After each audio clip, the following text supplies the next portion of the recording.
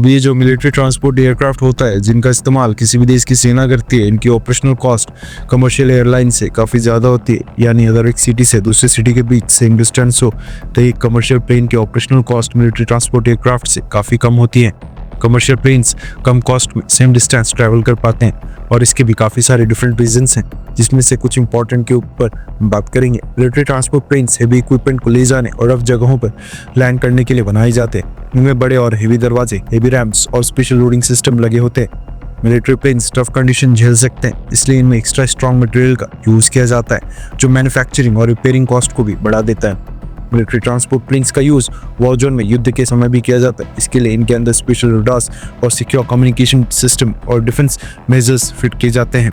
और military transport aircrafts को इस तरह से डिज़ाइन किया जाता है ताकि ये फ्यूल एफिशिएंसी की बजाय परफॉर्मेंस के ऊपर फोकस करे, मैक्सिमम परफॉर्मेंस दें, जिस वजह से कमर्शियल प्लेन से ज़्यादा फ्यूल कंज्यूम करते हैं। जबकि जो कमर्शियल एयरलाइन कंपनीज होती हैं उनके प्लेन्स के अंदर लाइट वेट मटेरियल का यूज़ किया जाता है ताकि प्लेन ज़्यादा फ्यूल यूज़ ना करे। इसके अलावा मिलिट्री प्लेन्स हमेशा ही बेस्ट कंडीशन में होनी चाहिए।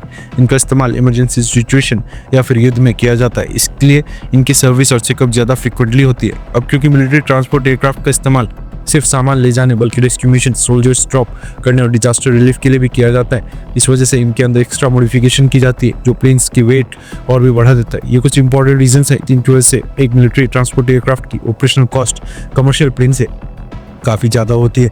और हम ये डिस्कस इसलिए कर रहे हैं क्योंकि इससे रिलेटेड एक बहुत ही बड़ी अपडेट आ रही है। अब होता क्या है कि अमेरिका में जैसे ही डोनाल्ड ट्रंप प्रेसिडेंट पद की शपथ लेते हैं, वो सबसे पहला काम करते हैं इलीगल इमिग्रेंट को देश से बाहर निकालने का और सबको अपने अपने देश भेजने का।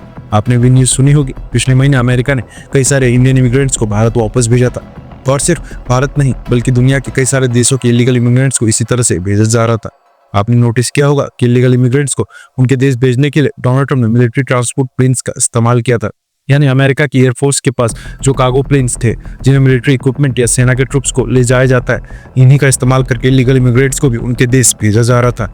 लेकिन अब आज के बाद भारत का कोई भी illegal immigrant in military transport aircraft के अंदर भारत नहीं आएगा। रेफरेंस के लिए आपकी स्क्रीन के ऊपर आर्टिकल का स्क्रीनशॉट है। ऐसा नहीं है कि अमेरिका के पास मिलिट्री ट्रांसपोर्ट प्लेन्स की कमी हो गई है। अमेरिका के पास 500 से भी ज़्यादा heavy lift military transport aircraft plane है। दरअसल न्यूज़ निकल कर आ रही है कि इलीगल इमिग्रेंट्स को डिपोर्ट करने के लिए मिलिट्री प्लेन्स का इस्तेमाल करने से अमेरिका को काफ़ी ह्यूज लॉस हो रहा था। अमेरिका द्वारा इलीगल इमिग्रेंट्स को वापस भेजने के लिए C-17 ग्लोबमास्टर और C-130 का यूज़ किया जा रहा था। अभी जो मिलिट्री ट्रांसपोर्ट प्लेन्स हैं इनकी पर आवर ऑपरेशनल कॉस्ट $8,500 है, यानी कि 1 घंटे की ऑपरेशनल कॉस्ट भारतीय रुपए में 24 से 25 लाख के बीच है। वहीं पर एक नॉर्मल से कॉमर्शियल प्लेन की ऑपरेशनल कॉस्ट केवल $500 होती है, यानी 7 से 7.5 लाख पर घंटा।